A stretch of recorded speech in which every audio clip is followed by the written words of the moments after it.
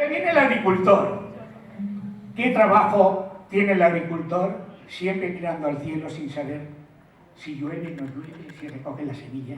Pero la semilla esta tarde la tenemos en este teatro. Y os vamos a deleitar con algo tan bonito como el agricultor.